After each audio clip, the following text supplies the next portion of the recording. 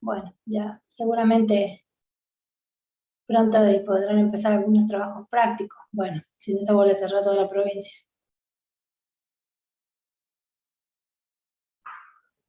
Como verán, yo sí estoy en la institución porque ya estamos comenzando con algunas actividades académicas de investigación en forma presencial.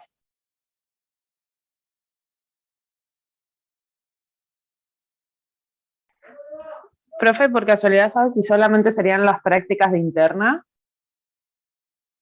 Si empiezan, seguramente será los prácticos de interna que se hacían en el hospital. Sí, solamente las únicas actividades que se van a poder hacer presenciales que autorizó el Ministerio son las actividades prácticas. Lo que es teórico, todo teórico va a seguir en forma virtual. Por lo menos eso es lo que autorizó el Ministerio el lunes de la semana pasada, creo, o de esta semana. No, creo que de esta semana, el lunes, de esta semana. Sí, algo así nos habían comentado nosotros. Yo tengo con el doctor francés. Y bueno, algo así nos había comentado él apenas empezamos los prácticos. Sí, solamente la actividad práctica. Hasta aquí no se ha autorizado ninguna otra actividad y por lo que creemos, no sé, teórico, por ahora seguramente que no, porque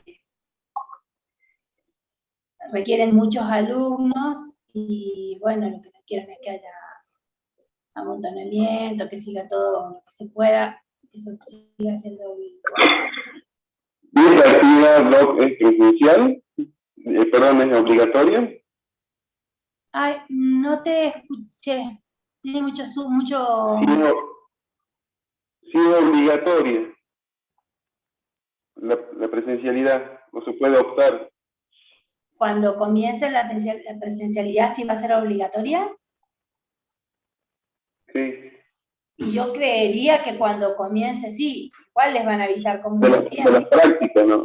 De las prácticas, ¿no? Sí, sí, yo creería que sí, porque justamente por eso se autorizan las prácticas. Pero igual les van a avisar con mucho tiempo, no se preocupen, no va a ser algo de un día para el otro.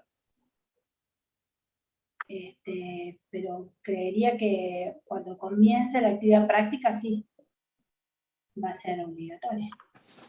Profe, tengo una pregunta. Sí, te escucho. ¿Nuestras eras de terapéutica van a ser orales? No te escuché. Las eras de terapéutica. Ay, no sé por qué Sí. tengo re mal sonido, o sea, los escucho muy mal. No, las eras si nuestras eras van a ser orales. No, las eras son por plataforma. Lo que es orales son los recuperatorios y los finales, que son Bueno, escritos y orales. ¿Sí? Pero las bien. eras los exámenes de eras son simplemente por plataforma, mientras que lo que va a ser por lo que es oral son los recuperatorios y y los finales. Bueno, gracias, profe. Bueno, vamos a comenzar hoy, vamos a ver lo que es el tratamiento para los gérmenes gram negativos. En este grupo de terapéutica vamos a tener todo lo que son fármacos que van a cubrir a los gérmenes gram negativos. Para eso podríamos empezar repasando primero qué patologías son las que cubren o qué patologías son las que generan los gérmenes gram negativos. ¿Quién se acuerda? Gastrointestinales, como salmonella. Gastrointestinales, todas las gastrointestinales, muy bien. ¿Qué más? Las infecciones urinarias también, la mayoría son por gram negativos. Escherichia Todo lo que coli. sean infecciones urinarias, muy bien, perfecto. ¿Qué más se les ocurre? ¿Hay algunas de piel? Puede contaminarse las infecciones de piel, sí. Si bien lo más frecuente en lo que es infecciones de piel es los gérmenes, en realidad lo más habitual son los gérmenes positivos, lo que es estáfilo, ¿sí? Que hemos hablado la vez pasada, pero sí puede haber infecciones por gram negativo, sobre todo cuando tenemos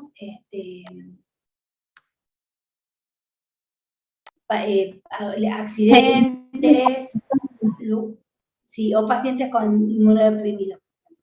¿Qué más? ¿Algo más se les ocurre? ¿Alguien estaba por hablar? Genitales también. Alguien dijo meningitis y después no escuché qué más.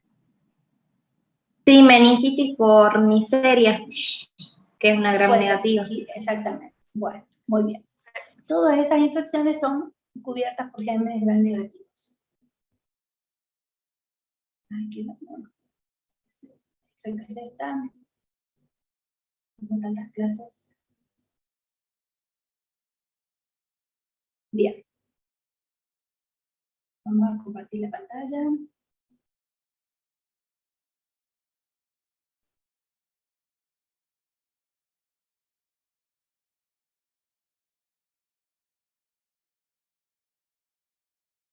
Bien. Ahí ven la pantalla, ¿verdad? Sí, profe. Sí, profe. Muy bien. Bueno, algo que nunca deben olvidar es cuáles son los grupos de antibióticos que cubren cada uno de los gérmenes, ¿sí? Cuando uno, por ejemplo, piensa en infecciones por gérmenes gram negativos, o sea, cuando un paciente tiene una infección urinaria, una infección gastrointestinal, una peritonitis, una neumonía, ¿sí? Piensa inmediatamente en, lo primero que tiene que pensar es en gérmenes gram negativos. Y lo primero que tiene que pensar para tratar estos gérmenes gram negativos es en aminoglucósidos, quinolonas, trimetroprima, sulfametoxazol, clotrimoxazol y nitrofurantoína. Es lo primero que se les debe cruzar. Si bien hay otros grupos de antibióticos como los betalactámicos que habíamos hablado y las cefalosporinas que habíamos dicho que también cubrían gérmenes gram negativos, pero recuerden que solo lo cubren en el caso de que estemos hablando de, por ejemplo, en el caso de aminopenicilinas, solamente van a ser así cuando estén, las aminopenicilinas solamente van a ir a cubrir si vienen asociadas a ácido clavulánico, o sea, algún inhibidor de la IBL. Y dentro de lo que son los grupos de las quinolonas, no son las de primera línea, perdón, de las cefalosporinas no son las de primera línea para el tratamiento de las infecciones, sino que los de primera línea van a ser estos grupos, ¿sí? Entonces, lo primero que yo debo pensar cuando pienso en infecciones por gérmenes gram negativo es en aminoglucósidos, en quinolonas, en trimetroprima sulfa, cloranfenicol y nitrofurantoína. La pared bacteriana, recuerden que habíamos repasado la semana pasada que los peptidoglicanos estaban principalmente en la capa de los positivos, por eso es que aquellas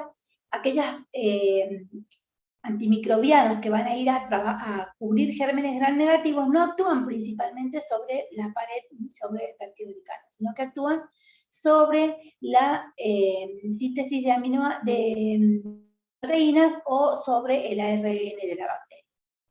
Bien, vamos a empezar con el primer grupo que cubre los gérmenes gram negativos, que son los aminoglucósidos. Dentro de los aminoglucósidos vamos a tener que un grupo de antimicrobianos que inhiben la síntesis proteica y que precisan para ejercer su acción que el microorganismo esté en crecimiento, porque justamente si lo que va a ir a hacer es inhibir la síntesis de la pared, lo que necesita principalmente es que estén cubriendo, que estén en fase de producción. Estos son aminoazúcares que están ligados a un anillo aminacídico y que tienen ácido glucosídico. Bien, ¿cuáles son los aminoglucósidos que vamos a ver? Vamos a tener a la streptomicina, a la gentamicina, la micacina, la trombamicina, la canamicina y la neomicina. En la actualidad, este grupo de antimicrobianos no son de primera elección para los tratamientos ambulatorios. Ya vamos a ver por qué. Los aminoglucósidos, ¿cómo es su mecanismo de acción? Su mecanismo de acción difunden, primero entran a la bacteria difundiendo por medio de canales acuosos, que eran las porinas, ¿sí? Fíjense que acá, cuando hablamos de porinas, siempre tenemos que pensar que puede haber un mecanismo de resistencia por este medio. Una vez que ingresan, lo hacen dependiente de energía. Necesitan tener energía para ingresar. Por lo tanto, si necesitan energía, necesitan oxígeno. Por lo tanto, ¿para qué tipo de gérmenes no servirán?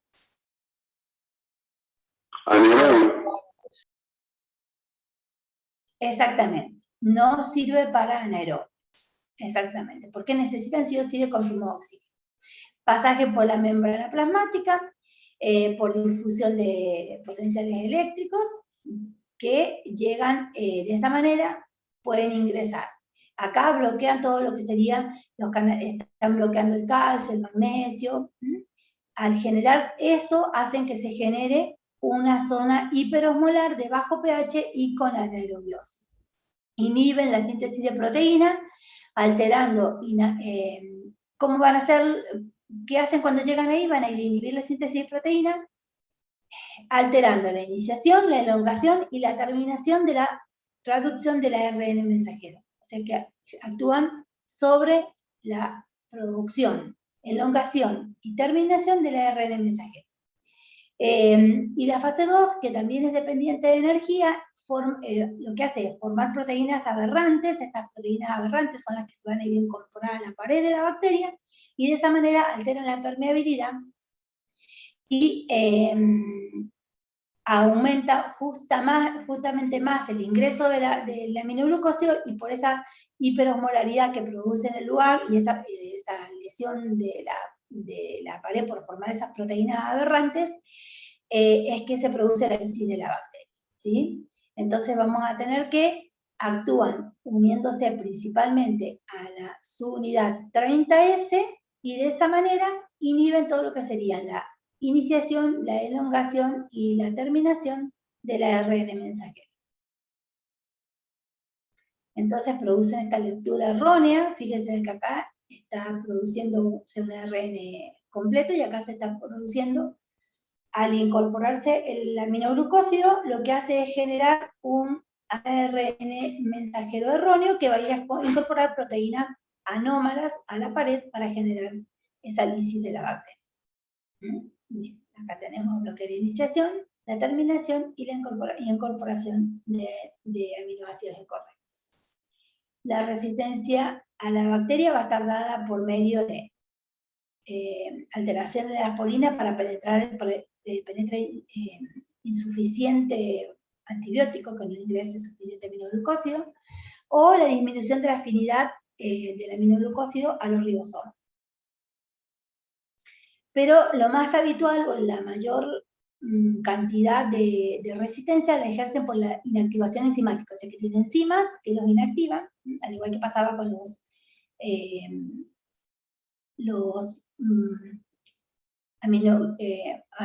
con los beta-lactámicos.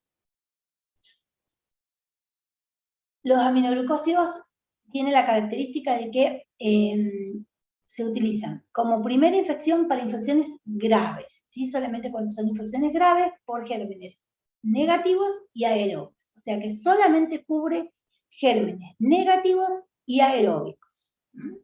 Escherichia coli, Klebsiella, Proteus, Enterobacterias, Salmonella, Shigella, Neisseria gonorrhoeae, Pseudomonas, que solamente va a cubrir la micacina.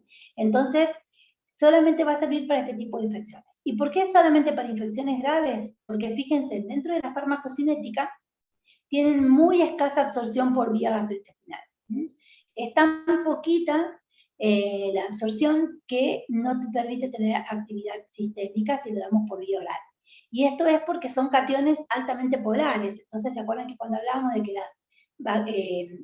cualquier droga o molécula que sea muy polar no penetraba fácilmente? Tenían que ser muy liposolubles para poder ingresar. Entonces,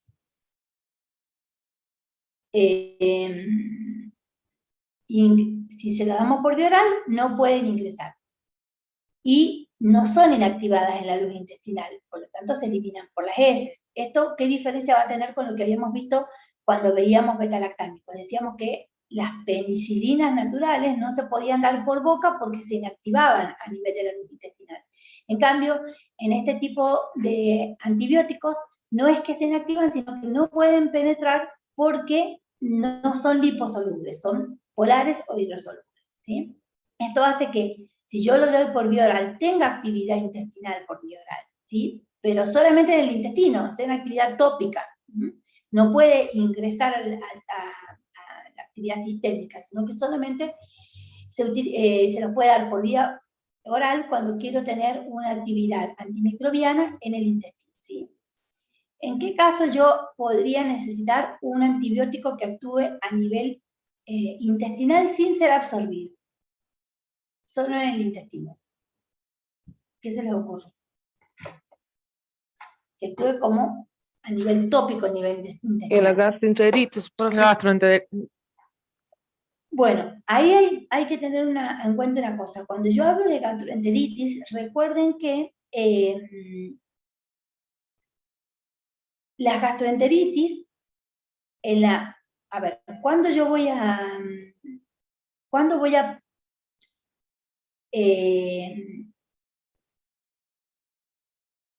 dar un antibiótico en una gastroenteritis? Solamente cuando tengo una infección que penetre la pared, o sea, que tenga moco, sangre y pus, una infección disentérica gastrointestinal. Y en ese caso es porque el germen pasa a la circulación. Entonces no me estaría sirviendo darlo por vía sistémica, por vía tópica a nivel intestinal. Entonces, por eso cuando hay gastroenteritis, lo que se utilizan son antibióticos que vamos a ver enseguida, que sí se absorben a nivel intestinal. En este caso yo podría utilizarlo solamente cuando yo quiero barrer la flora normal del intestino, ya sea porque voy a hacer un estudio, una colonoscopía, una cirugía, que necesito abrir la pared del intestino, necesito que esté estéril el intestino, o también en el caso, ¿se recuerdan cuando veían patología y veían insuficiencia hepática y la formación de sustancias amoniacales en el intestino por las bacterias que eso llevaba a la producción de la encefalopatía hepática? Bueno, también yo doy aminoglucósidos por vía oral cuando lo que quiero es barrer la flora intestinal en el caso de una insuficiencia hepática para que no tenga encefalopatía. Pero si no, lo demás siempre necesito dar por vía oral sistémica, que pueda penetrar, ¿sí? Entonces, los aminoglucósidos tienen una cinética diferente, como están viendo, entonces es importante que la sepan, porque son pocos los antibióticos que tienen este tipo de cinética, que no se pueden absorber, pero que tienen actividad a nivel intestinal. Solamente lo hacen los aminoglucósidos y los glucopéptidos, que vamos a ver la semana que viene. Tienen escasa absorción por vía gastrointestinal, como dijimos, bueno. ¿Qué más? Tienen muy buena absorción, entonces por vía intramuscular. Yo puedo administrar por cualquier vía que sea tópica. Perdón, parenteral. Intramuscular, endovenoso, ¿sí? Si lo utilizo por vía tópica, también viene mucho en vía tópica, pero actúa en vía tópica. Alcanza concentraciones muy altas en todo lo que es corteza renal, endolinfa, perilinfa y bilis, ¿sí? Y a concentraciones subterapéuticas alcanza bien las concentraciones en las infecciones respiratorias y en el líquido cefalorraquídeo, o sea, solamente cuando hay lesión de la barrera hematoencefálica. La excreción es ¿Puede repetir de nuevo lo del líquido encefalorraquídeo, por favor? Sí, que las concentraciones de líquido encefalorraquídeo son concentraciones subterapéuticas, tanto en las secreciones respiratorias como en el líquido cefalorraquídeo. Entonces, para que pueda haber concentración, tiene que estar la membrana, la barrera hematoencefálica lesionada. La excreción es casi exclusivamente por filtración glomerular. Esto hace que tengan muy buena actividad para las infecciones y todo lo que tiene que ver con patologías a nivel renal. La vida media de eliminación es más o menos de 2 a 3 horas y se debe disminuir la dosis cuando tenemos pacientes que tengan insuficiencia renal, porque eliminarse exclusivamente por filtrado, se va a demorar mucho la eliminación. La actividad bactericida de los aminoglucósidos tiene relación directa con la concentración que alcanzan, y esto hace que tengan un efecto destructor dependiente de la concentración y también un efecto postantibiótico.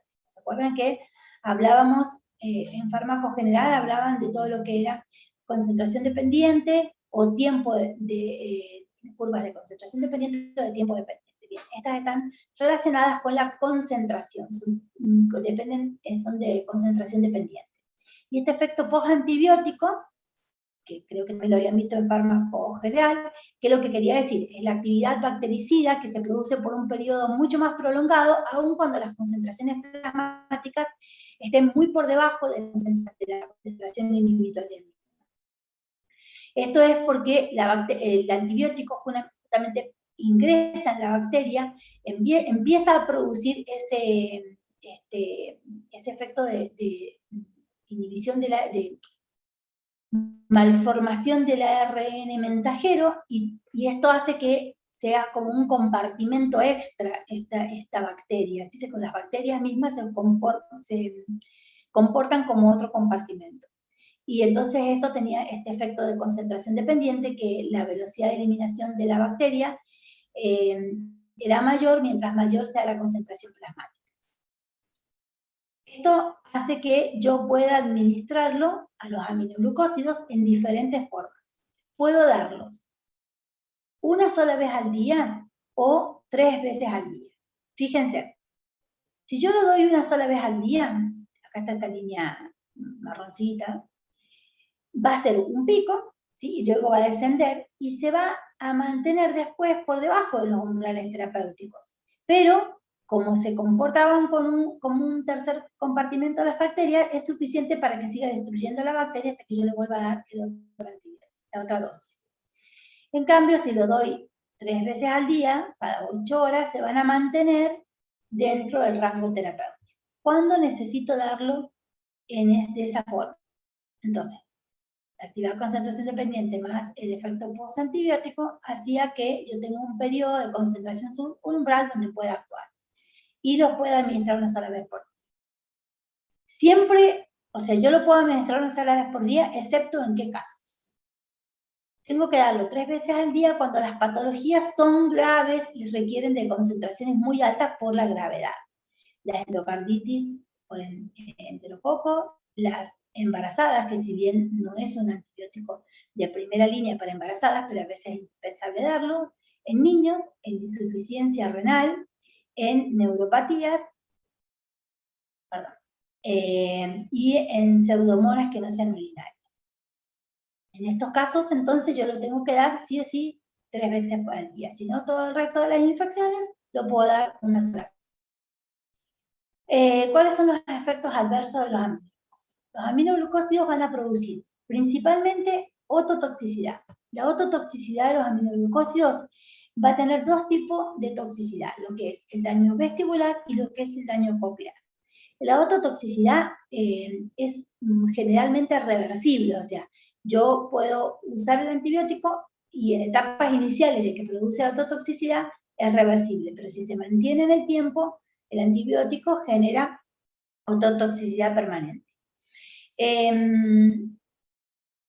Esto se da cuando yo utilizo concentraciones muy altas. ¿Por qué? Porque en el oído concentra mucho más, habíamos dicho que concentraba mucho más en lo que era oído y plasma. Y esto se debe porque se va destruyendo tanto las neuronas vestibulares como cocleares. Gentamicina y streptomicina producen principalmente daño vestibular, mientras que canemicina, amikacina y neomicina producen daño coclear, mientras que trovamicina produce tanto daño coclear como vestibular. Esto hace que trovamicina, si bien es un aminoglucósido con mucha sensibilidad, solamente se lo utilice en forma tópica, o sea, vienen todo lo que son aplicaciones tópicas, cremas, colirios, gotitas para los oídos, pero no por vía parenteral. También producen nefrotoxicidad. La nefrotoxicidad que producen casi siempre es reversible y también es acumulativa a nivel del tiempo por la acumulación que se produce en el riñón. Esto va produciendo primero un daño enzimático del borde del cepillo de túbulo renal, un defecto de la capacidad de concentración en el riñón, proteinuria, cilindruria y alinuria, y de ahí la disminución del filtrado glomerular. Profe, disculpe, Sí. ¿podría ir un poquito más despacio? Pasa que como que va muy rápido. Perdón, es que me entusiasmo hablando, díganme por qué. Me entusiasmo hablando y lo hago muy rápido, disculpen. Gracias. Entonces, esta nefrotoxicidad es reversible y se produce principalmente por la acumulación del antimicrobiano en el túbulo proximal, y esto va produciendo todo el borde, la lesión, perdón, el daño en el borde del cepillo del túbulo, después disminuye la capacidad de concentración, genera poliuria, cilindruria, y todo esto va produciendo la eliminación del filtrado glomerular. Hay factores de riesgo, o sea, cuando yo tengo un paciente que tiene determinadas patologías que pueden ser predisponentes a la nefrotoxicidad, aumentan la posibilidad de que tenga estas infecciones este daño a nivel renal. ¿En qué caso vamos a tener esto?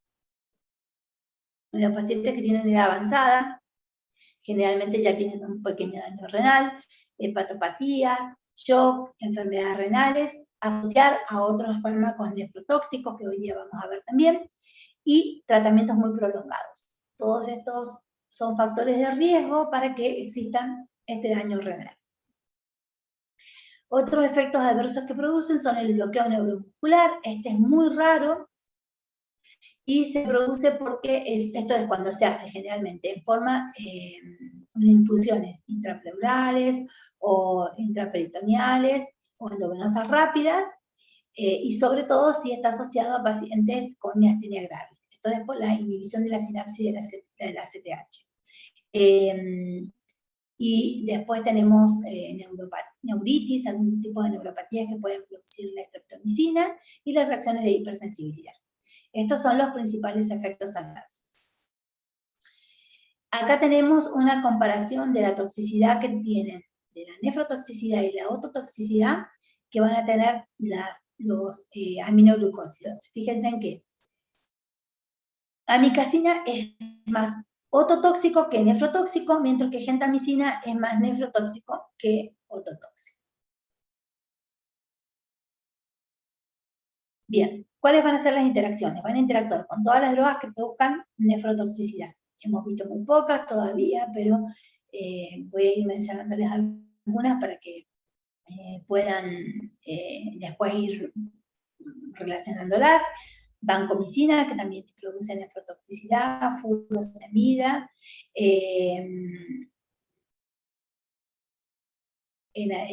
y ECAS, todos estos producen nefrotoxicidad. Las drogas que provocan ototoxicidad, como también la vancomicina, como también algunos diuréticos. Bloqueo neuromuscular lo produce también otro antibiótico que es la clindamicina. Y con las penicilinas tenemos dos tipos de interacciones. Las dijimos cuando hablamos de beta-lactámicos. ¿Quién se acuerda? A ver, ¿quién se acuerda cómo era el tipo de interacciones que tenían los beta-lactámicos con las con los aminoglucósidos? Profe. ¿Reacción cruzada, profe? No, en realidad tenemos dos tipos de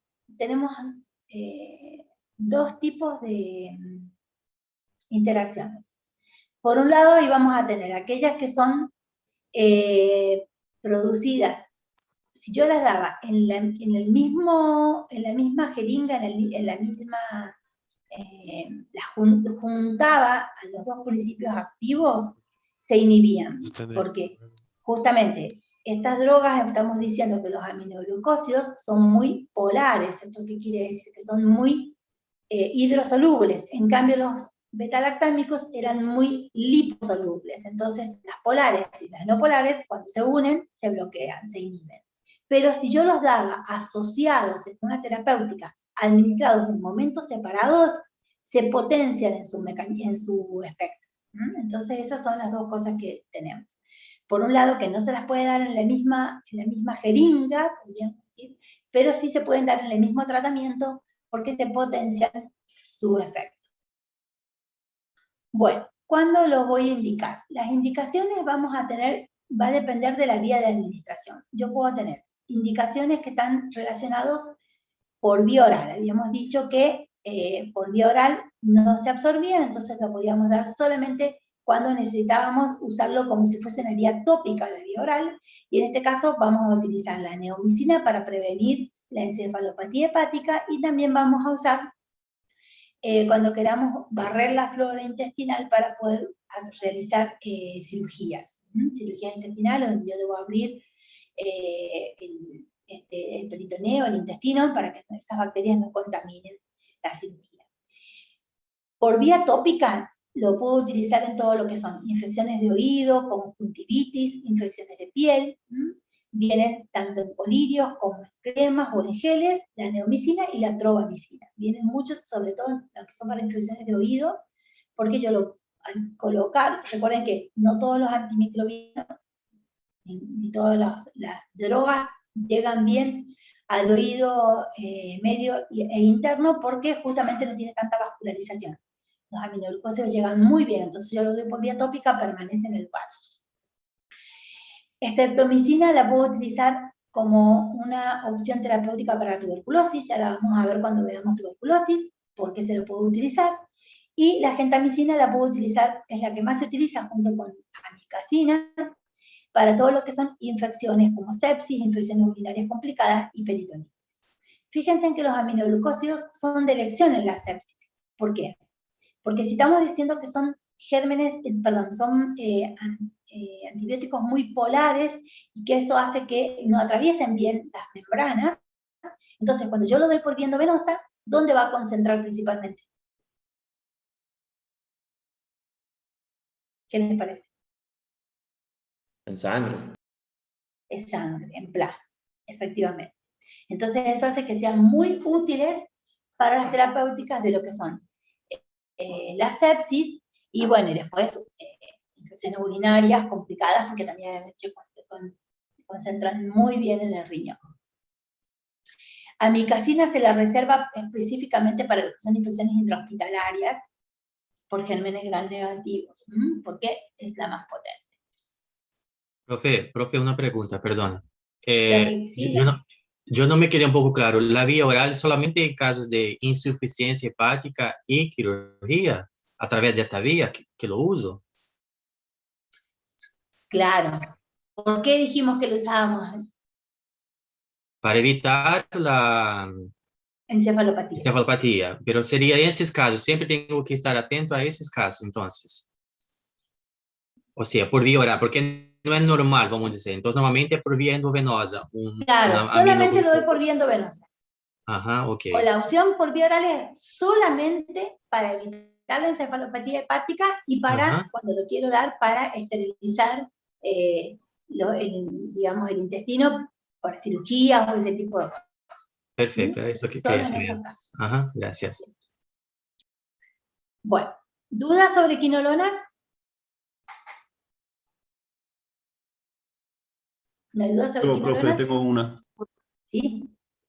En el gráfico que usted mostró, mostraba los diferentes tipos de aminoglucósidos con diferentes efectos adversos, algunos mayores y otros menores. ¿En qué caso nosotros podemos usar los de menor efecto adverso y los de mayor? O sea, ¿es mejor usar los que tienen menores efectos adversos o hay en casos en los que no? No te entendí la pregunta. Discúlpame, ¿la podrías? Sí, ¿podría volver al gráfico, por favor, así me ubico? Sí. No, al gráfico que lo compara. Recién pasó, que compara las diferentes aminoglucósidos. A ver, es que no sé cuál me estás diciendo. Ah, ¿el de ototoxicidad? Siga para adelante, no, siga para adelante.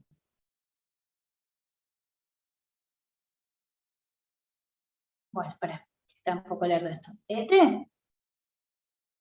No, un poco más adelante, eso no es un...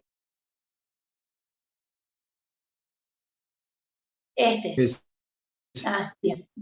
¿En qué, o sea, ¿Cómo hago son para comparables? elegir? ¿Cómo Claro, hago para exacto, elegir? exacto. Bien, en realidad vamos a elegir no solamente por la nefrotoxicidad o la ototoxicidad, porque, a ver, recuerden que cuando hablamos de efectos adversos, los efectos adversos general deben ser poco frecuentes, muy poco frecuentes. Por eso es que se pueden llegar a comercializar los medicamentos. Si yo tengo un antibiótico que produciera que a todos los pacientes les produciera nefrotoxicidad o ototoxicidad, no lo podría utilizar, ¿sí? Yo voy a tener en cuenta esto cuando tenga pacientes que puedan tener riesgo de nefrotoxicidad, suponete, un paciente que tiene, que ya tiene alguna alteración en su riñón, ¿sí? Un paciente muy anciano que no consume prácticamente líquidos. En ese caso, bueno, trataría de no usar la gentamicina, pero en realidad, cuando yo tengo infecciones de la comunidad, suelo utilizar más la gentamicina. En cambio, cuando tengo pacientes que tienen infecciones intrahospitalarias, fíjate que dijimos que amikacina se la reserva para infecciones intrahospitalarias. Entonces, porque tiene mucha más sensibilidad en la actualidad a los gérmenes que la gentamicina. Por eso es que principalmente no elijo solamente por las posibilidades de efectos adversos, ¿sí? Sino que lo elijo por todo el conjunto y por todo el paciente. Es como que cada paciente tiene su característica. Si yo tengo un paciente que tiene posibilidades de tener nefrotoxicidad, y sí, en ese caso no le voy a dar gentamicina, pero si no, y es ambulatorio, le doy gentamicina. Y si está internado, principalmente busco amikacina. Estos antimicrobianos no se usan habitualmente en forma ambulatoria, porque necesito estar colocándole un medicamento. ¿Cuándo lo voy a utilizar por vía ambulatoria? Cuando no tengo otra opción terapéutica y tengo dos opciones para darlo. Una era hacerlo intramuscular en una sola dosis. En este caso, tiene mucha más actividad, como habíamos dicho, y lo podía utilizar. Esto se usa a veces, la verdad es que yo lo he visto utilizar a gentamicina cuando no hay otro antibiótico, el paciente no puede, o sea, la realidad, cuando uno está ejerciendo en un centro de salud donde no hay nada, el paciente no tiene que comprar y tiene una infección urinaria complicada, una opción sería administrarle una ampolla de gentamicina intramuscular por día. Esta se dosifica, suelen venir dos tipos de ampollas, unas con dosis más altas que puedo diluir. Y en ese caso puedo utilizarlo en pacientes ambulatorios. Y si no, generalmente utilizo amikacina en pacientes internados. Bien, perfecto, muchas gracias. Justamente por esto de la poca practicidad para utilizar los aminoglucósidos, es que ahora tenemos muchas otras opciones terapéuticas y que vamos a ver ahora, como las quinolonas, ¿sí? Las quinolonas son de que surgieron las quinolonas, son de primera línea para el tratamiento de las infecciones por gérmenes gram negativos. Lo que pasa es que los aminoglucósidos son los más viejos como antibióticos, por eso vimos primero. Bueno, ¿alguna otra duda más para poder seguir? Bueno, vamos con quinolonas. Las quinolonas son derivados de la síntesis, se obtiene a partir de una molécula muy similar a la cloroquina. La cloroquina la vamos a ver cuando veamos antiparasitarios, y está muy de moda la hidroxicloroquina y la cloroquina por el tratamiento que al principio se había propuesto para el tratamiento de coronavirus.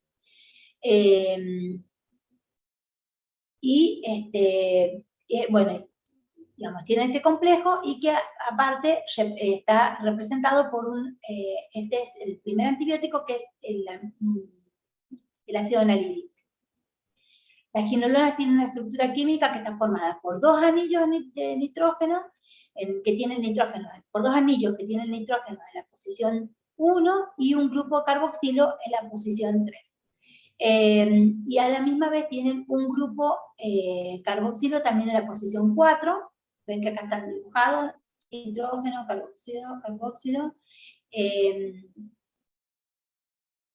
y algunos de ellos tienen flúor en la posición 6, y esto generó un aumento de la potencia. Entonces en la actualidad lo que se comercializa son las quinolonas fluoradas. Ahora vamos a hablar un poquito de esto, ya que vamos a la clasificación de fluoradas.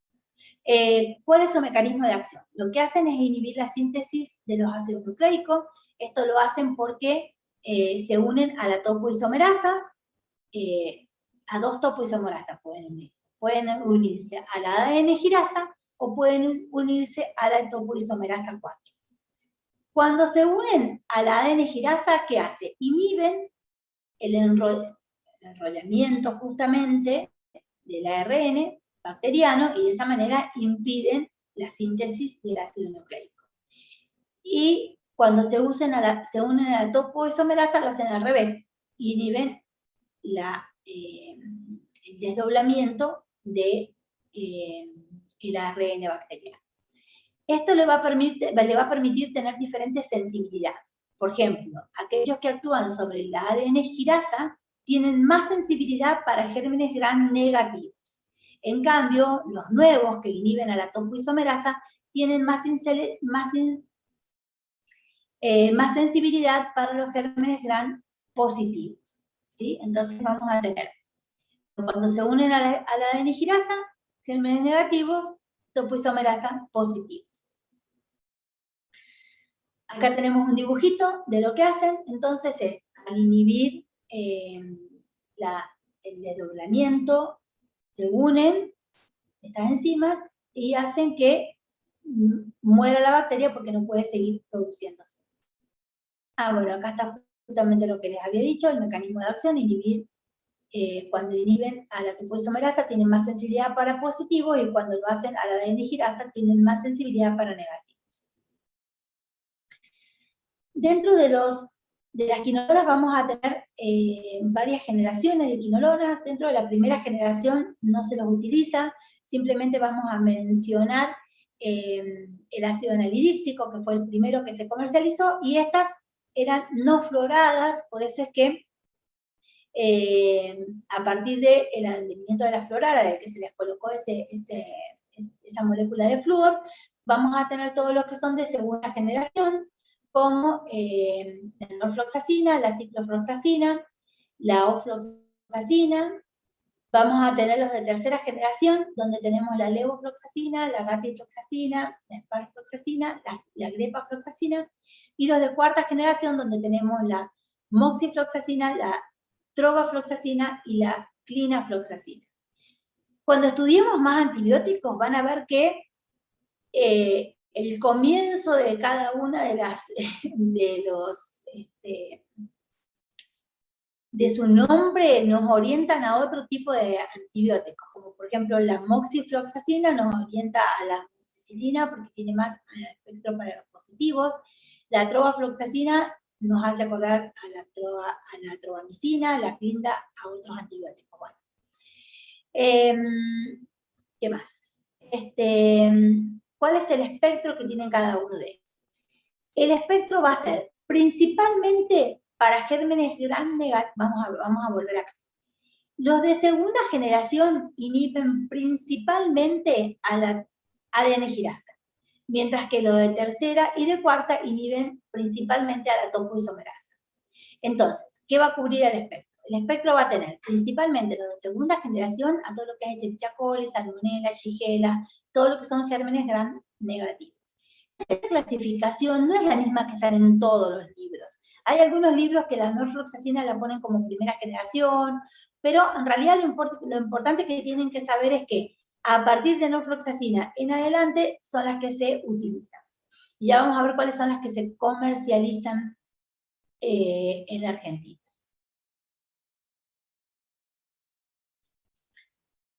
Entonces, los de segunda generación tienen más sensibilidad para los gram negativos, clinda, salmonella, Escherichia coli.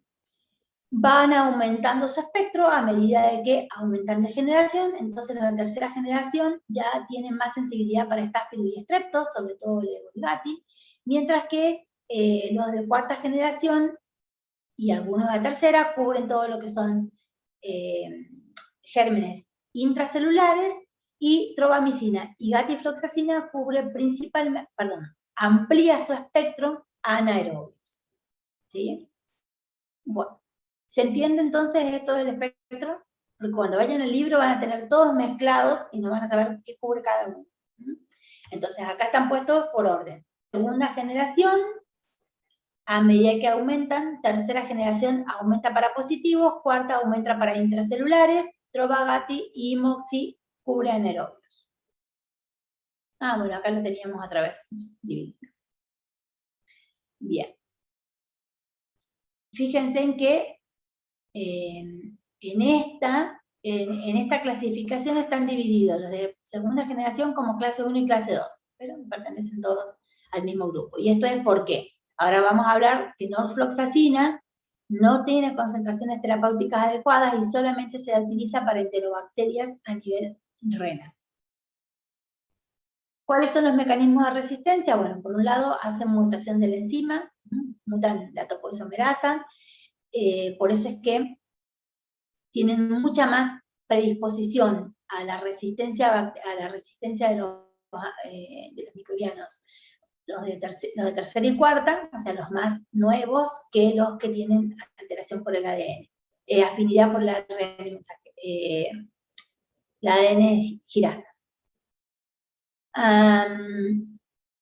Pueden alterar la permeabilidad, de esa manera disminuyen el ingreso de la bacteria a la célula por las porinas, o tienen un mecanismo que se llamaba de bomba de flujo. Si recuerdan, es que iban ingresando el antimicrobiano por las porinas, y a la misma vez el microorganismo las iba sacando hacia el exterior por otros mecanismos de flujo. Bien, vamos con la farmacocinética. Todas las quinolonas tienen muy buena absorción por vía oral y muy buena biodisponibilidad, porque son drogas muy liposolubles, excepto norfloxacina, que tiene muy baja biodisponibilidad. Entonces, norfloxacina solamente la podemos utilizar cuando vamos a hacer tratamientos de infecciones a nivel renal. Por ejemplo, las ITU no complicadas, la droga de elección para el tratamiento es la norfloxacina. La norfloxacina tiene una baja biodisponibilidad, tiene un pico plasmático y tiene un tiempo de vida media más o menos de 3 a 4 horas. Prácticamente todas las quinolonas se excretan muy bien por vía renal, y si bien norfloxacina no tiene tanta eliminación por vía renal, pero concentra lo suficiente para tener buena concentración, para tener un rango terapéutico dentro del riñón. Y moxifloxacina es la única que tiene una eliminación principalmente hepática. Entonces después pueden estudiar nada más que las diferencias, el resto son todas casi iguales. Bueno, dijimos que tienen lo mismo que vimos recién, tienen un buen volumen de distribución y concentran muy bien en todos lados. Como son muy liposolubles, tienen la característica de que difunden bien y concentran en algunos lugares donde otros antibióticos no tienen buena concentración, como tejido prostático, pleura, orina, atraviesan placenta, concentran en leche materna, y acá falta, no sé por qué se me salió, pero hueso, concentran muy bien en tejido óseo, que la mayoría de los antimicrobianos no concentran en el tejido óseo. Dentro de lo que son los efectos adversos van a estar relacionados principalmente con su molécula, un poco para que lo entiendan. Vamos a tener que a nivel del sistema nervioso central puede producir somnolencia, confusión, cefaleas, temblores. Obviamente son muy poco frecuentes los efectos adversos.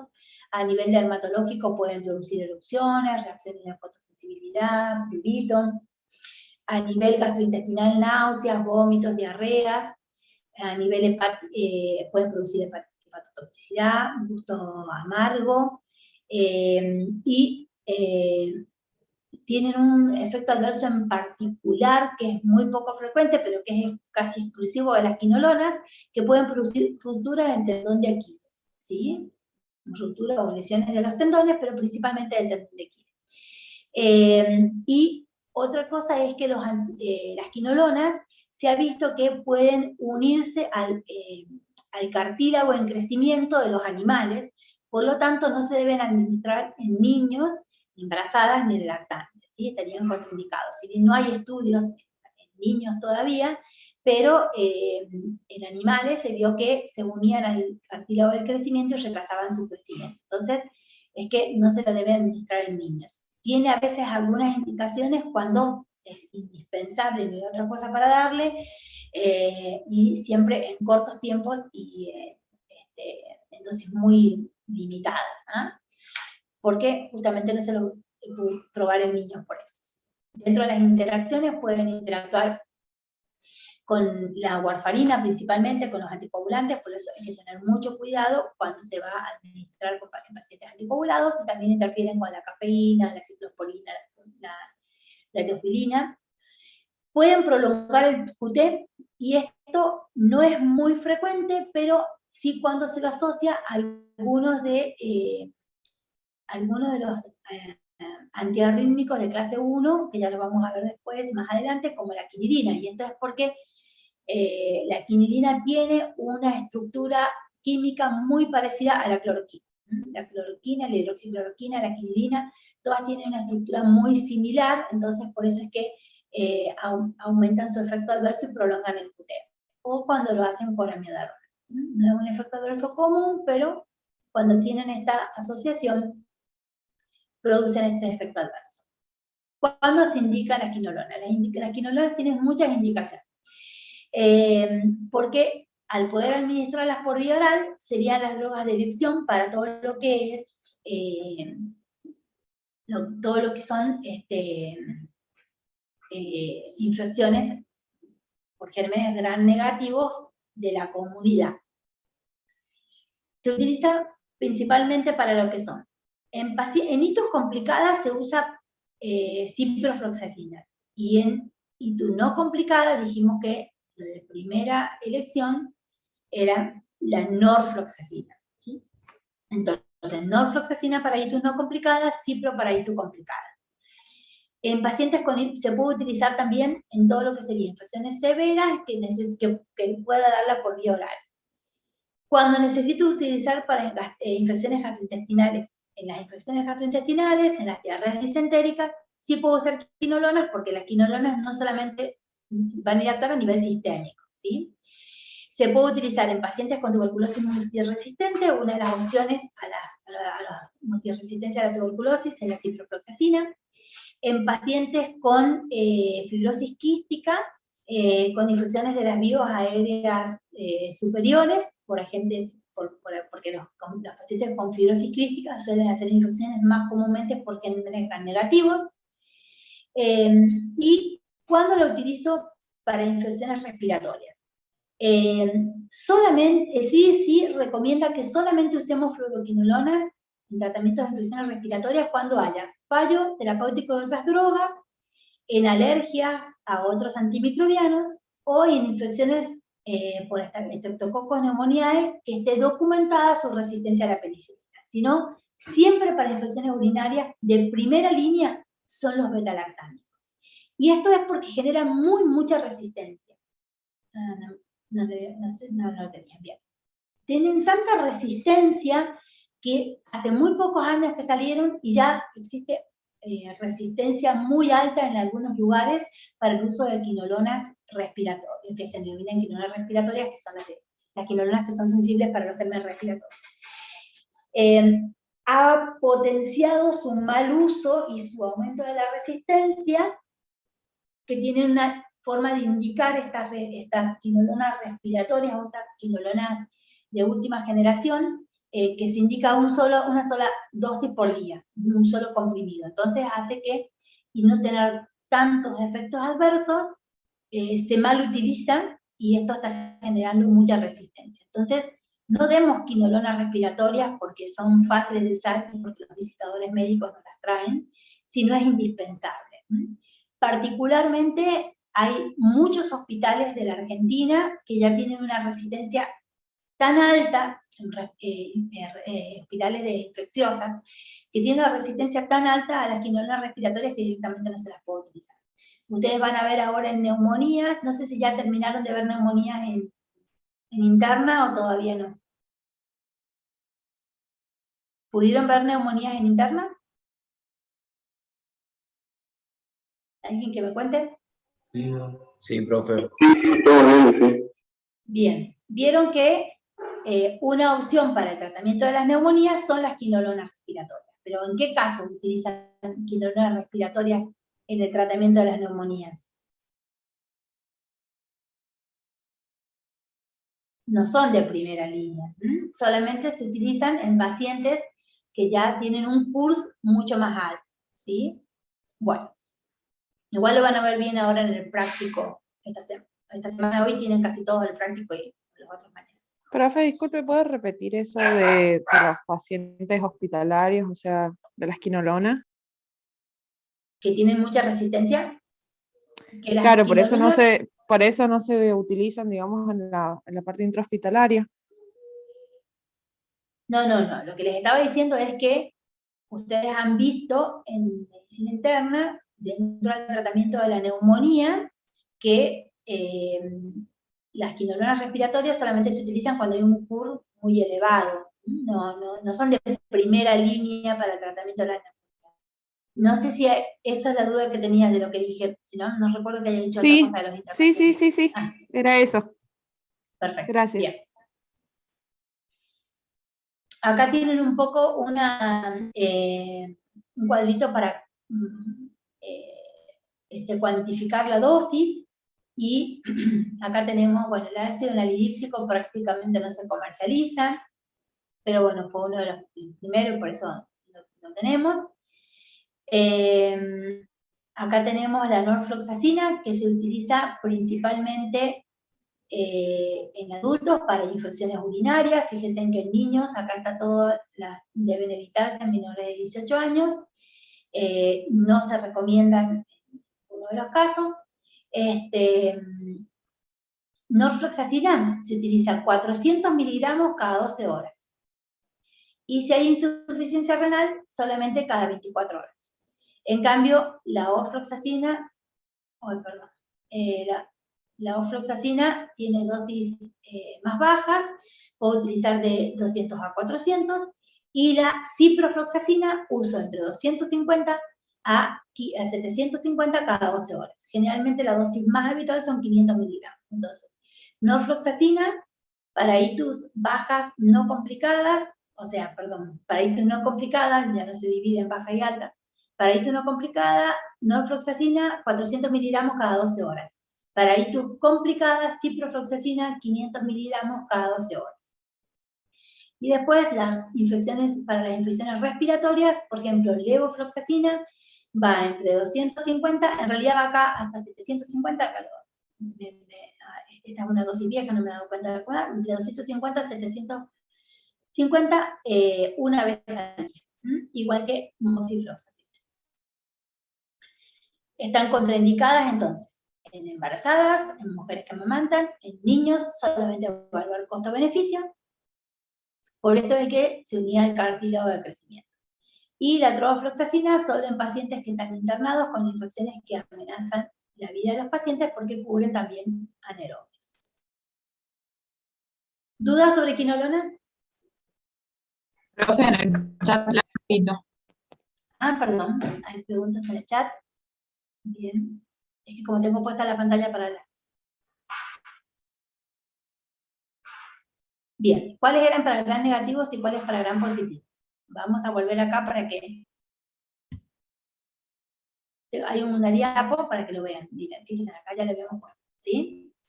Tenemos primera y segunda generación, gran negativos, ¿sí? Cubren principalmente gran negativos. A medida que aumentamos, tercera generación aumenta para estrepto, gérmenes positivos, algunos atípicos como micoplasma, y los de cuarta generación para todo lo que aumenta todo lo que son intracelulares y algunos anaerobios. Acá lo tienen, pseudomonas, estáfilos, ¿sí? Son los de cuarta generación. Esa era la duda. Bien, perfecto. Pues lo pueden.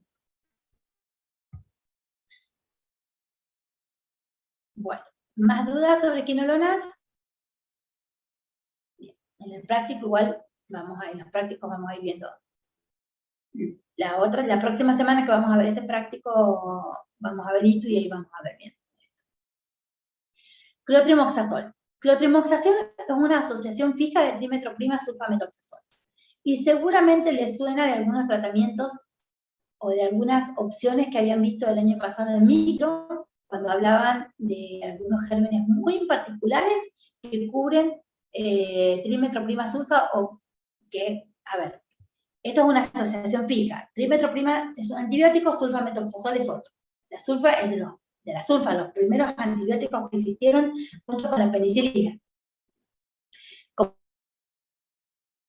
Asociados en el clotrimoxazol, ¿sí?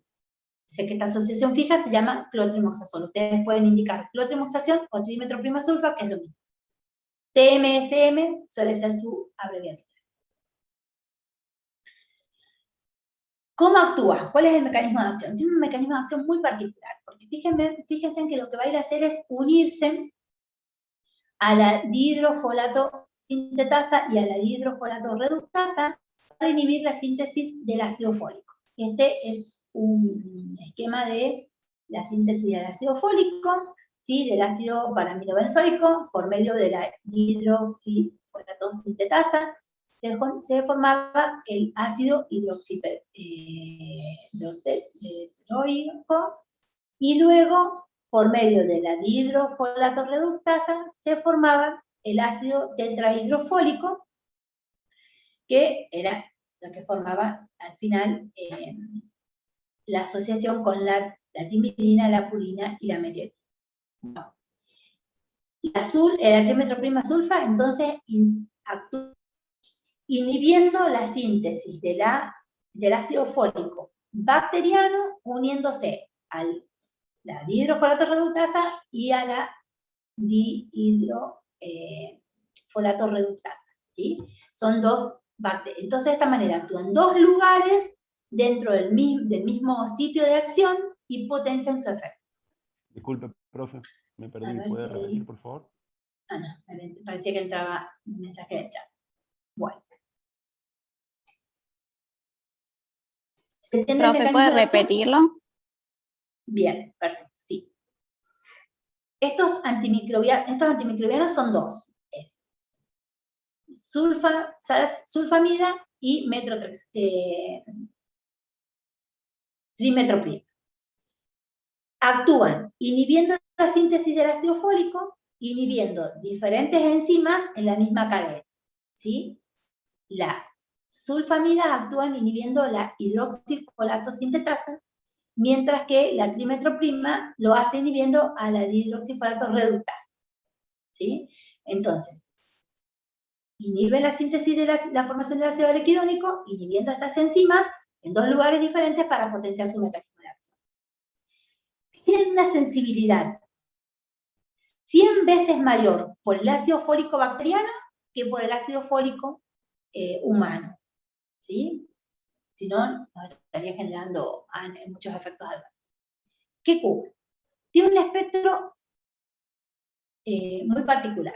Cubre todo lo que son bacterias gram negativas. Escherichia coli, Proto, Salmonella, Klebsiella, Nocardia. También cubre algunos gram negativos como Streptococcus pneumoniae, algunas Neisseria, Clamidia. Ya los estáfilos habían generado resistencia, pero en este momento tienen mucha afinidad para lo que es Staphylococcus aureus y neumocistis, ¿sí? O sea que cubre negativos, positivos y neumocistis, ¿sí? Que es un parásito, creo ahora. Miren, cuando yo estudiaba era un hongo, después era una bacteria, y ahora creo que es un parásito. o una bacteria. Bueno, ya se me hace lío porque todo lo viven cambiando de lugar. Bueno. Mecanismo de resistencia lo que hace es alterar a la hidroxifolato reductasa, entonces de esa manera generan muchas resistencias. Yo siempre les cuento que este antibiótico se utilizaba mucho cuando yo era chica. Así como ahora se da la amoxicilina para todo, cuando yo era chica nos daban, el nombre, les voy a decir el nombre comercial porque no hay tantas presentaciones, nos daban el Bactrim para todo. Le dolía a la muela, te daban Bactrim, tenías tos, te daban Bactrim, tenías infección urinaria, te daban Bactrim. Entonces llegó un momento en que generó tanta resistencia el clotrimazol que por muchos años no se lo utilizó prácticamente para nada. Y ahora, en la actualidad, volvió a tener mucha sensibilidad. Al dejar de usarlo, ¿sí? Las bacterias que tenían su resistencia se fueron desapareciendo y ahora tiene mucha sensibilidad otra vez y se lo indica para, tiene muchas terapéuticas en las cuales se indica, que ya lo vamos a ver. La farmacocinética muy sensible, se absorbe muy bien por vía oral, tiene un tiempo de vida media de 11 de entre 10 y 11 horas, tiene muy buena distribución, tiene buena penetración, como es liposoluble, penetra bien el líquido cefalorraquídeo y su excreción es principalmente renal, después de ser metabolizado. Así que es una cinética común. Dentro de lo que son los efectos adversos, los efectos adversos, si bien tiene varios, no son muy frecuentes. Tenemos trastornos gastrointestinales, algunas reacciones de hipersensibilidad, que esto son muy comunes, o mejor dicho, son principalmente por la sulfa. Estas reacciones de hipersensibilidad son más comunes en pacientes con HIV. Pueden producir hipercalemia cuando hay tratamientos con mucho, digamos, de larga duración. Esto es por la actividad que tiene sobre el tubo contorneado distal, su eliminación. Y muy poco frecuentes algunos efectos graves como síndrome de Stevens-Johnson, necrosis epidermoides, aplasia, anemia plástica, granulocitosis. Estos son muy poco frecuentes, pero pueden ser fatales. No se dan en embarazadas, ¿por qué? A ver, ¿por qué no se dan en embarazadas? ¿Qué opinan? Si pensamos en el mecanismo de acción, ¿qué se les ocurre? Porque se absorbe mucho también en la parte articular, profe, y por el líquido cefalorraquídeo. Porque interviene en el metabolismo del ácido fólico, necesario para el ADN. Exactamente. Se inhibe principalmente el ácido fólico, entonces imagínense que es fundamental para el desarrollo del bebé. Muy bien. Están contraindicados entonces en embarazadas, también a veces en el amamantamiento, porque también necesitamos mucho ácido fólico. Y también va a estar contraindicado en aquellos pacientes que tengan déficit o hipersensibilidad a las sulfas o deficiencia del metabolismo de los folatos. Y las interacciones van a interactuar, bien, cuando hablen de interacciones, siempre la warfarina, los anticoagulantes interactúan con todo, así que tenemos a los anticoagulantes como la warfarina, la difenidiantoína, son las principales interacciones. La trimetroprima viene en varias presentaciones,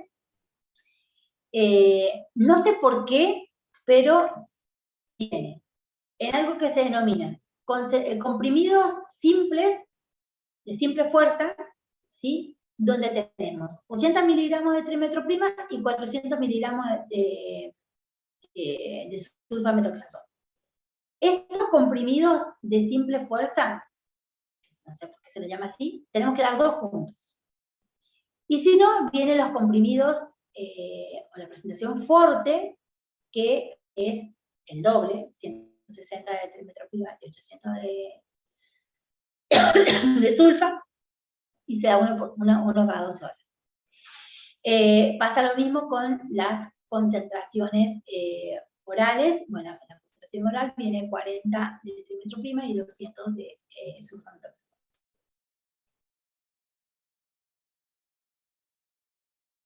Para que yo pueda tener una buena concentración sistémica, las concentraciones van a alcanzar, van a ser siempre 1 de trimetroprima por 20 de sulfametoxazol.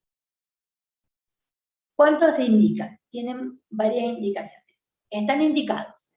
A ver, miren, vamos a hacer una cosa. Vamos a volver acá y vamos, a ver, para que ustedes me digan las indicaciones. Y después las mencionamos a todas. ¿Qué les parece? ¿Cuándo se indicaría? ¿En qué indicaciones podría tener? ¿Qué opinan? ¿Si cubre gram negativos principalmente? Infecciones intestinales, urinarias. Exactamente.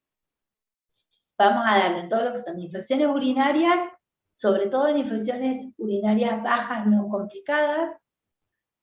Vamos a darlo en gastroenteritis, cuando necesitemos gastroenteritis disentérica, ¿sí? ¿Qué más? Fíjense con el espectro. Infecciones de las vías respiratorias.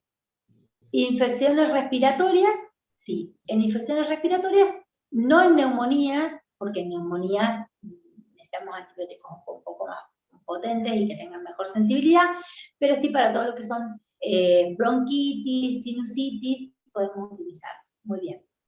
¿Qué más? Otitis. Infecciones de la piel. Algunas veces en algunas otitis, no otitis medias perforativas, pero sí otitis en la causa de otitis. Y ahí habló de las infecciones de la piel, exactamente, y son de elección para el Staphylo aureus de la comunidad. Bien. Muy bien. Todo eso. Entonces, vamos a ver las indicaciones. Hito no complicada, infecciones bacterianas del aparato respiratorio. Se puede utilizar en las exacerbaciones agudas de las bronquitis crónicas. En eso andan muy bien los pacientes con bronquitis crónicas, otitis y sinusitis, gastroenteritis, tratamiento, infecciones de piel. Son de segunda elección para todo lo que es fiebre tifoidea, brucelosis, shigella, porque en este caso se usa principalmente un grupo de antibióticos que vamos a ver la semana que viene, las tetraciclinas, pero puede ser de segunda elección para lo que son brucelosis, tifoidea. Y fíjense que nos estábamos olvidando de algo muy importante: tratamiento de profilaxis de neumonías por neumocitis en pacientes con HIV. ¿Sí? Se utiliza tanto en el tratamiento como en la profilaxis. Porque el paciente que tiene un episodio de infecciones respiratorias por neumocitis, luego se usa en forma profiláctica siempre la trimetroprima para que puedan infectarse. Yo creo que son hasta 5 años más. Dentro del cóctel que utilizan los pacientes con HIV, utilizan trimetroprima. Y también para los pacientes inmunodeprimidos, por ejemplo, con trasplante, ¿sí? Recuerden que todos los inmunodeprimidos, a ver, el neumocitis es más frecuente del HIV, pero porque tenemos más pacientes con HIV que pacientes inmunodeprimidos por trasplante, pero los pacientes que están inmunodeprimidos pueden hacer por neumocitis, ya sea por trasplante y también sea el tratamiento y después profilaxis. ¿Dudas sobre trimetroprima sulfato? Bueno, si no hay más dudas, vamos a seguir, queda poquito. No sé. Bueno.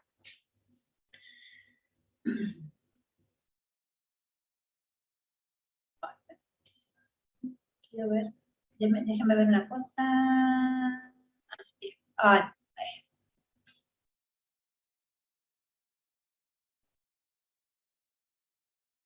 Quería ver algo. Bueno. Bien. Cloranfenicol. El cloranfenicol es un antimicrobiano que se utilizaba muchísimo para todo lo que son infecciones por gérmenes gram negativos. Dentro de lo que fue su comercialización, o lo que sería la fase 4 de la investigación clínica, o del protocolo de investigación clínica, ¿qué pasó? Se vio que tenía efectos adversos, o que el efecto adverso, un efecto adverso grave mucho más frecuente de lo que se creía, y esto hizo que el cloranfenicol tenga indicaciones muy precisas, que se utilice solamente cuando no queda otra opción terapéutica, ¿sí? Pero no son de primera línea debido a los efectos adversos, y esto pasó por la farmacovigilancia. El mecanismo de acción que tiene es inhibir la síntesis proteica, inhibiendo la peptidiltransferasa, pero en la porción 50S, a diferencia de lo que habíamos visto de los aminoglucósidos, estos se unen en la porción 50S. ¿Qué es lo que hace? Inhibe justamente la transferasa, la transpeptidación, entonces impide que el aminoácido cruce, ¿sí?, de una transferasa a la otra, y de esa manera se genera la inhibición de la síntesis del ARN. Entonces, lo que hace es inhibir la transmisión de la síntesis del ARN, inhibiendo a la transferasa, y esto lo hace uniéndose a la unidad 50S. Espectro antimicrobiano. Cubre gérmenes gram positivos, pero no está.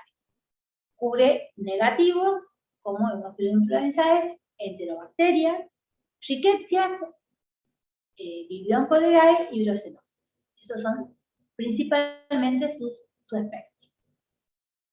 La farmacocinética que tiene buena absorción por vía oral, ¿sí? El palmitato y el succinato, tiene buena distribución en el líquido cefalorraquídeo, tiene metabolismo hepático, baja en las proteínas plasmáticas, se elimina por la bilis y por la renal, y tiene un tiempo de vida media de 2 a 4 horas. O sea que tiene una cinética común, ¿sí? Ya, siempre que hablemos de cinética, a ustedes, para que les sea más fácil, recuerden, todos los que son liposolubles van a tener la misma cinética. Todas las drogas liposolubles lo que hacían era tener buena absorción, se tenían que metabolizar en el hígado para generar más hidrosolubles, para que pudieran eliminarse por vía renal, y eso hacía que tuvieran buena distribución. Entonces, esta cinética es la típica cinética de las drogas liposolubles. ¿Cuáles son las reacciones adversas? Justamente debido a estas reacciones adversas de la hemotoxicidad que tiene, la aminotoxicidad, es lo que hace que se deje de utilizar como primera línea para las infecciones por gram negativos, o para algunas infecciones por vibrio, o sea, más brucelosis, no son de primera línea. Si hay algo que tienen que pensar cuando piensen en cloranfenicol, es en su efecto adverso de la hematotoxicidad. ¿Sí? Es lo primero que se les tiene que ocurrir. Y dentro de esto puede generar dos tipos de hematotoxicidad. Uno, que puede generar pancitopenia. Esto generalmente se produce cuando lo utilizo por mucho tiempo. Mientras que se puede producir una reacción adversa idiosincrática, que quería decir que podía producirse en cualquier paciente sin saber por qué, y produce anemia plástica. Entonces, debido a esta hematotoxicidad y a la anemia plástica, es que es de segunda línea. Lo primero que tienen que pensar cuando piensen en cloranfenicol es en su efecto adverso. En los niños puede generar síndrome de gris del neonato, puede generar neuritis óptica, y después todo lo que son reacciones de hipersensibilidad, reacciones gastrointestinales, colitis pseudomembranosa, pero lo más importante es su efecto adverso hematológico. Entonces, es importante utilizar el cloranfenicol solo en infecciones donde su beneficio excede el riesgo de la toxicidad, y si se dispone de otros antimicrobianos, tiene que ser utilizado debido a la toxicidad que tiene esta esta droga a nivel hematológico. Es de segunda línea, entonces, para todo lo que son infecciones graves por fiebre tifoidea, en algunos casos de meningitis y abscesos cerebrales, pero por gérmenes poco comunes, como por ejemplo brucelosis, clamidiacetal, chibacterioides, o sea, son específicos de estas infecciones graves por gérmenes atípicos, y también pueden utilizarse de segunda línea en el virus coleral. De primera línea, habíamos mencionado hace rato, lo volvemos a repetir, va a ser un antibiótico que vemos la semana que viene, que son las tetraciclinas. Bien. ¿Dudas sobre cloranfenicol? ¿No hay dudas? No, profe. Bueno, No, profe. Bueno, muy bien. Nos va a quedar un antibiótico más, nos queda nitrofurantoína. Bien. La nitrofurantoína es un tipo de antibiótico que pertenece a un grupo grande de antibióticos que son las nitrofuronas. Este grupo de antibióticos ha dejado prácticamente de utilizarse porque generan mucha resistencia. Entonces hay algunos en particular dentro de este grupo que se utilizan para ciertas patologías y tienen ciertas indicaciones en especial. Uno de ellos, bueno, es la nitrofurantoína, que tiene un espectro bastante amplio, ya que cubre todo lo que es Escherichia coli, enterococo, pero tiene resistencia a los proteos, a la pseudomonas, a la Klebsiella y otro tipo de enterobacterias. Aparte es un bacteriostático y esto hace que, digamos, inhibe el crecimiento. Recuérdense, no es que tenga no es bactericida, es decir, necesitamos que tenga un sistema inmunológico importante y compensado del paciente para que podamos hablar podamos indicárselo. Pero tiene un beneficio que en las orinas ácidas aumenta su actividad. La nitrofurona es una prodroga y los metabolitos que producen son metabolitos intermedios que van a ir a actuar lesionando el ADN de la bacteria. ¿Sí? Este sería su mecanismo de acción. Entonces, como su espectro ya está acotado, fíjense que cuando van al libro van a encontrar un espectro muy amplio, pero en la actualidad solamente está acotado para Escherichia coli y algunos enterobacterias productoras de infecciones urinarias. Solamente. Entonces, su única indicación en este momento son las infecciones urinarias. Ya vamos a ver un poquito más en detalle.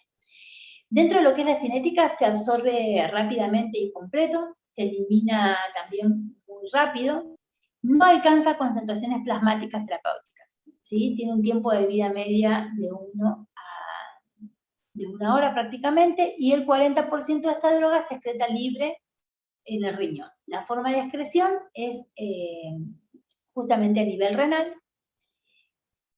y la infección urinaria, las insuficiencias urinarias disminuyen su eficacia y aumentan su toxicidad, ya que las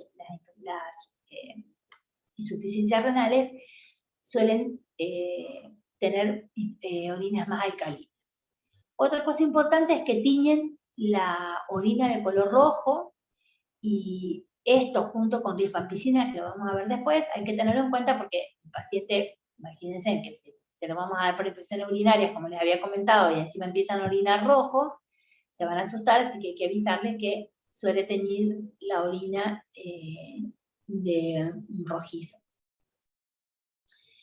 Dentro de lo que son las reacciones adversas, vamos a tener todo lo que son trastornos gastrointestinales, las reacciones de hipersensibilidad, escalofríos, fiebres, leucopenia, ictericia, daño hepatocelular,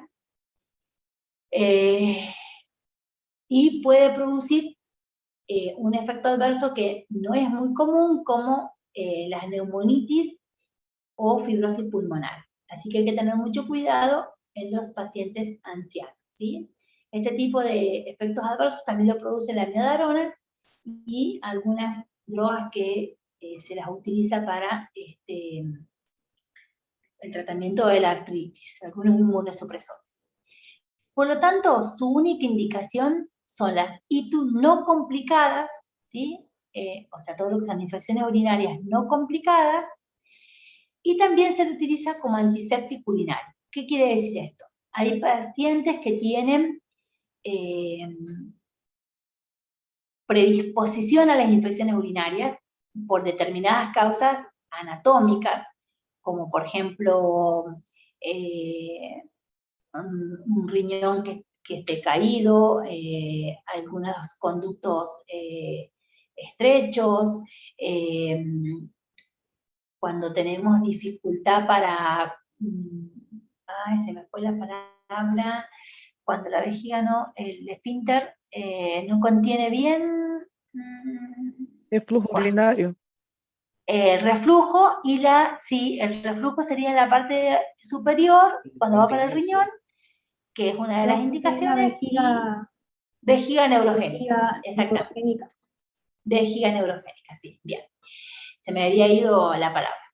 En estos casos, lo que se utiliza es la nitrofurantoína como antiséptico urinario. O sea, le doy al paciente, el paciente toma un comprimido todos los días, y de esa manera va produciendo como una limpieza, podríamos decir, de la vía urinaria, un efecto de antiséptico, y esto previene las infecciones tan frecuentes que tienen estos pacientes, que suele llegar a producir al final daño renal importante, ¿sí? Bueno.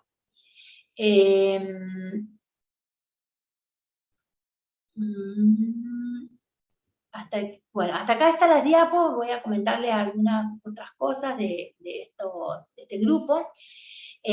Por ejemplo, dentro del grupo de la nitrofurantoína tenemos otras drogas, otras nitrofuronas, que vienen principalmente para lo que son los tratamientos, para algunos tratamientos tópicos, como es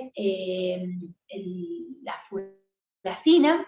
La furacina es un antibiótico que viene en cremas. Viene en cremas, se le utiliza principalmente para los pacientes quemados, entonces viene en gasas.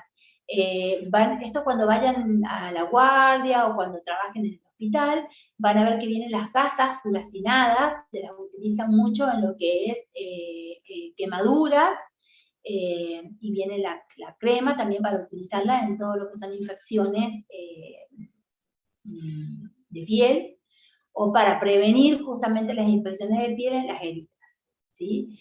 Y después algunos de otros derivados de esto los vamos a ver como antiparasitarios, el Furtimop, que se le utiliza para el tratamiento de Chagas, y otras drogas derivados de esto que se los utiliza en los tratamientos para las inmunosupresores, pero son menos frecuentes, y todos estos, como tienen mucha resistencia, suelen venir para tratamientos para tratamientos preventivos, antisépticos, así como decimos ahora, solamente las infecciones urinarias, bajas no complicadas, o como antisépticos, pero no tienen una concentración plasmática terapéutica adecuada, ¿sí? ¿Dudas sobre estos? ¿No hay dudas? Bueno, no, bien. profe. Si no hay dudas, vamos a terminar entonces con el teórico, y nos vamos a ver la semana que viene. Bueno, los prácticos ya comenzaron, lo estamos viendo ahora. Si hay alguien que quiere preguntar, no hay en el chat, me están poniendo algo. A ver, escucho, ¿qué dudas hay? Yo tengo una duda. Nosotros, la comisión 9, teníamos los viernes 9, y se nos interponía con el horario de interna a nosotros, y no nos dijeron nada todavía. Sí, ustedes me lo comentaron, me lo mandaron por el chat, yo informé a a Bedelía y están viendo cómo van a acomodar. Ahora voy a ver, ahora voy a reenviar el mensaje a ver qué pasó, porque tenían que, ellos no sabían, Bedelía no sabía, parece que Interna puso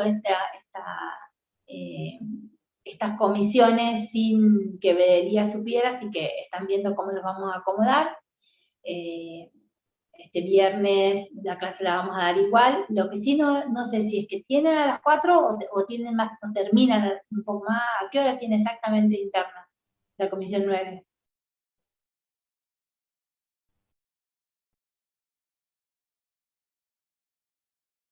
¿Tienen exactamente a las 4? Sí, profe, tenemos a las 4. Bueno, bien. De 4 a 6, igual que nosotros. Bueno, supongo que para mañana estará solucionado el tema. Vamos a ver qué. Y si no, bueno, igual por mañana a la comisión 9 no le voy a tomar asistencia. Pero bueno, lo que sí me dijeron Bedelía es que cuando yo les informé, me comentaron por el mail que iban a hablarlo con los docentes coordinadores de las otras cátedras, ya que ellos no sabían que Interna había puesto este horario, y como les digo, yo utilicé los horarios, a nosotros nos dieron los horarios de Bedelía, así que supongo que están en eso. Si mañana no tenemos respuesta, a la comisión 9 no le voy a tomar asistencia a las otras.